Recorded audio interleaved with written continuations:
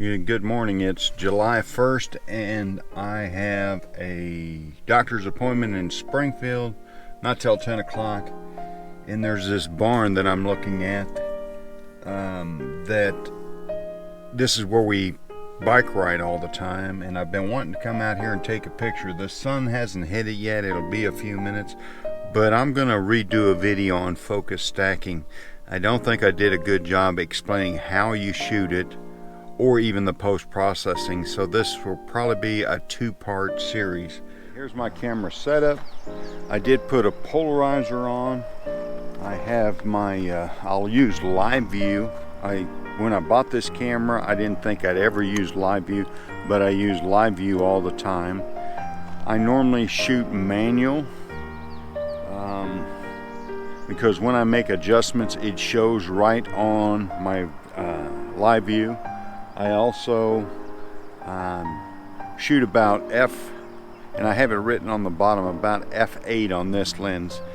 And part of the focus stacking, I'm going to teach you how to test each lens to find your sweet spot. Okay, I don't know if the camera's gonna pick this up, but here's my composition. Probably got glare on it. I'll focus back here first, then I'll focus on the barn, then I'm gonna focus on the foreground.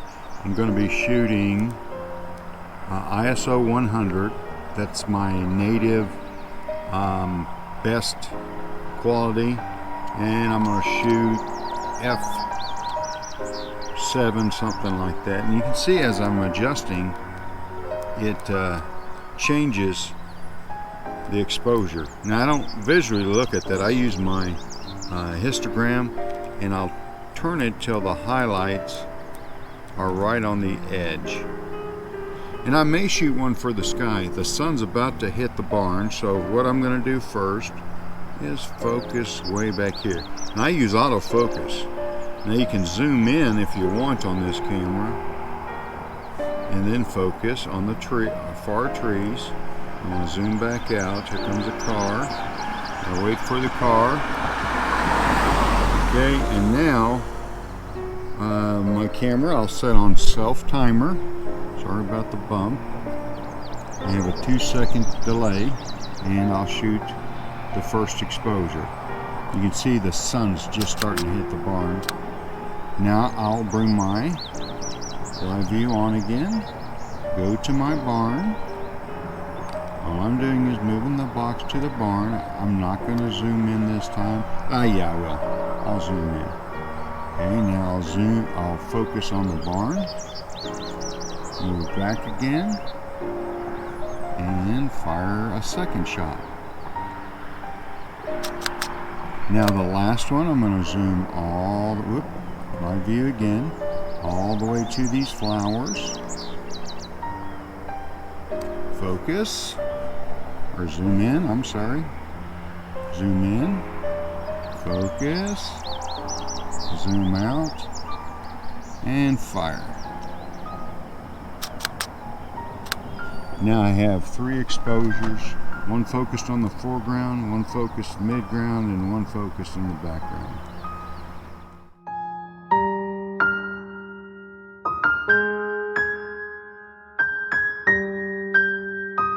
So I've come back to the car. I got my 24 to 70. The lighting's not what it was when I first started, but I've got one more composition I want to try.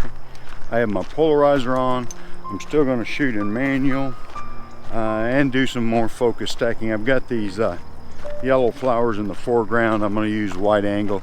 It's going to make the barn look little, but I think my foreground is going to be the subject this time. Not sure if you can see that, but I'm going to focus right up here. I'm going to focus here. Then I'm going to focus down on the bottom where the flowers are. Well, here's the scene behind me. You can see the barn. You can see these flowers down here. The lighting was better when I had my other lens on. Little traffic out here. Everybody's going to work.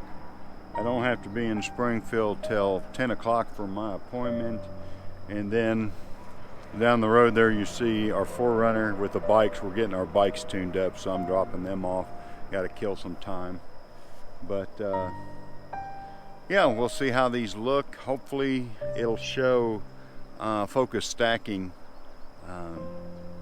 and I'll try to make it easier to understand. The post-processing can be a little intimidating, but it's not as hard as you think after you've done it 2 or 3 times. I shot a little drone footage too, HDR and a little video, so you might be able to see that on the final video. The sunlight is up. That's one thing about summer, you have to start early. You never know. I mean, the sun came up at 6, like 10 till 6, and I came down here a little earlier than that. But summer's hard because you have to get up so early. Anyway, I'm gonna drive on to Springfield, see if I can find any other pictures. Need to stop and get something for breakfast.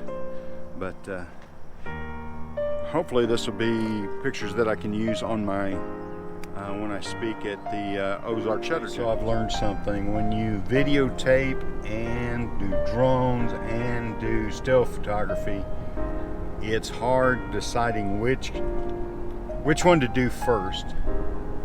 Now my passion is still photography. I just started this video stuff, and the drone HDR stuff has just started recently.